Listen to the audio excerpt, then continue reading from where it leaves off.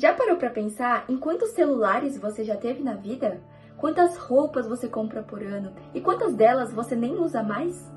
Pensa também na sua televisão, no seu carregador, no seu fone de ouvido. Provavelmente esses números são bem maiores do que deveriam ser.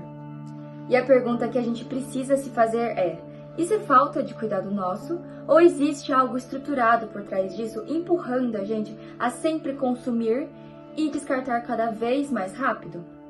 Nas últimas décadas, os padrões de consumo foram marcados por uma renovação acelerada e por um descarte precoce de produtos.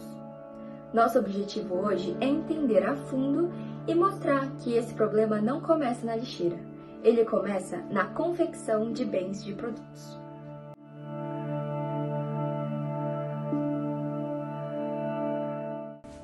Para entender o problema, precisamos voltar para a década de 1920.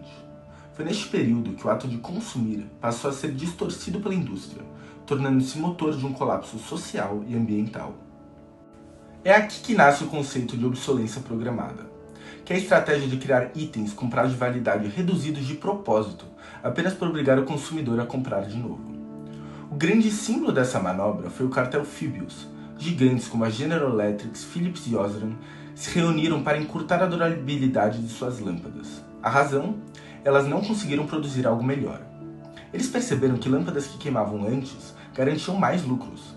Essa lógica perversa nada mais do que instiga o público a ter vontade de consumir algo ligeiramente mais moderno muito antes que seja realmente preciso.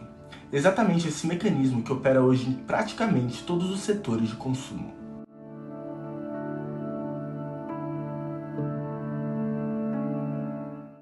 E os números confirmam a gravidade disso. Estudos apontam que o mundo descarta anualmente 62 milhões de toneladas de lixo eletrônico. E o mais alarmante é que este volume cresce 5 vezes mais rápido do que a nossa capacidade de reciclagem documentada. Cada celular fabricado carrega uma pegada de carbono estimada em 85 kg de CO2.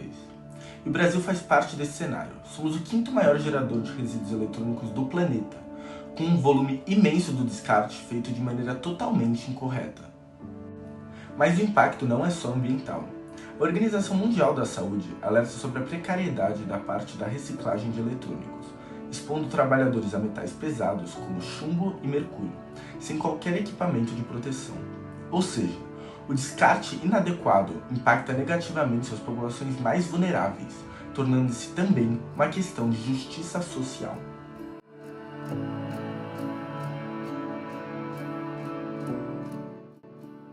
Pelo projeto de design de um produto, é ali que se decide quanto tempo ele vai durar, se vai poder ser consertado, se as peças serão substituíveis e se os materiais poderão voltar à linha de produção no futuro. Um estudo publicado em 2025 apurou que os produtos projetados com foco em reparabilidade e modularidade têm a vida útil significativamente prolongada, reduzindo o descarte prematuro que enche os aterros mundo afora. É esse tipo de descoberta que sustenta um conceito cada vez mais discutido entre economistas e ambientalistas, a economia circular. Segundo a Ellen MacArthur Foundation, trata-se de um modelo produtivo que busca manter bens e materiais em uso pelo maior tempo possível, através do reparo, da remanufatura e da reciclagem, rompendo com a lógica linear que conhecemos bem, a de extrair, produzir e descartar. Mas sempre há um obstáculo. Acreditar que as empresas irão adotar esse modelo voluntariamente tem se mostrado insuficiente, e é exatamente aí que o poder público deve entrar.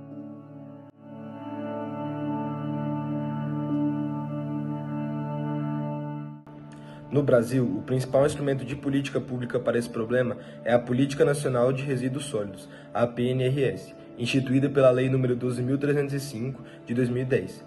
O grande trunfo desse texto é o conceito de responsabilidade compartilhada pelo ciclo de vida, uma engrenagem onde fabricantes, lojistas, o Estado e nós, consumidores, dividimos o compromisso pelo destino final de cada item. O descarte não é apenas o fim da linha, mas uma tarefa coletiva. A PNRS também determina a logística reversa para eletroeletrônicos, forçando o próprio setor produtivo a criar caminhos para recolher os produtos após o uso. Na teoria, isso fecha o ciclo, porém na prática existe um mercado informal de sucata eletrônica, que opera sem rastreabilidade, retirando componentes de valor e descartando de forma inadequada o restante, justamente o material mais perigoso para o ser humano e o meio ambiente. Isso mostra um problema clássico de política ambiental. Ter a lei no papel não garante efetividade. É preciso fiscalização ativa, órgãos ambientais cobrando documentação de destinação adequada e também ampliação da divulgação dos pontos de entrega voluntária, para que o canal formal seja mais competitivo do que a informal.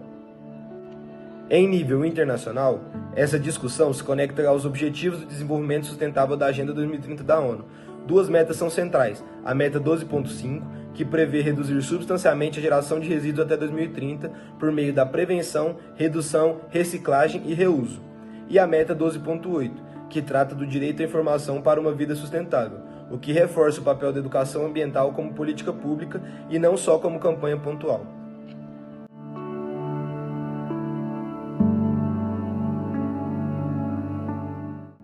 A partir dessa análise, surgem frentes de solução, pensadas para agir de forma íntegra e sistêmica, de maneira de que cada uma reforce a eficácia das outras, criando um ciclo de transformação que não depende apenas da boa vontade, mas de mudanças estruturais na nossa relação com a tecnologia e o meio ambiente, de maneira que cada medida reforce a eficácia das outras, criando um ciclo de transformação que não depende mais da boa vontade, mas de mudanças estruturais na nossa relação com a tecnologia e o meio ambiente. O objetivo aqui é ir além de campanhas pontuais, promovendo uma mudança real na percepção sobre durabilidade, reparo e descarte, combatendo a lógica linear de extrair, produzir e descartar que sustenta o hiperconsumismo.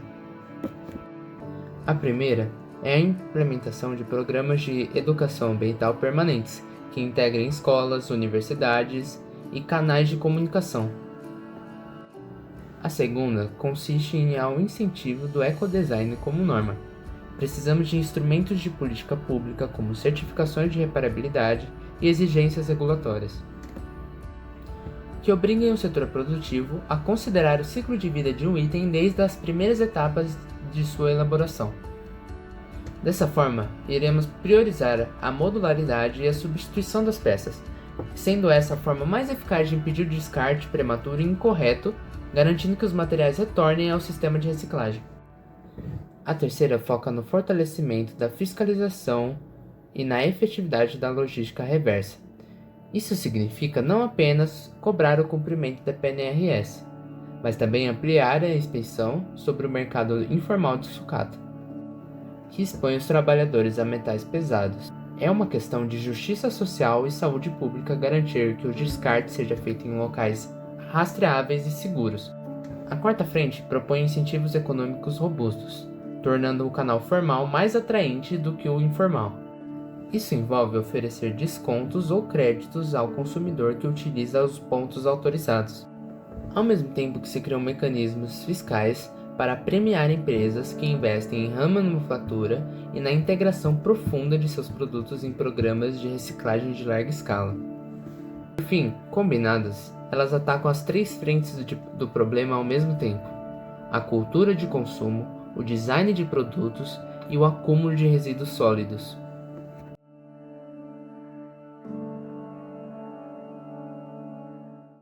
A geração crescente de resíduos sólidos, especialmente eletrônicos, não é um efeito colateral inevitável do avanço tecnológico. É o resultado de um modelo de negócio consolidado há décadas, que prioriza o lucro de curto prazo em detrimento da durabilidade. Reverter esse quadro exige atuação em três frentes que caminham juntas: educação ambiental para transformar a cultura de consumo, ecodesign para mudar o produto na origem e políticas públicas rigorosas para fechar as lacunas que o mercado sozinho não consegue.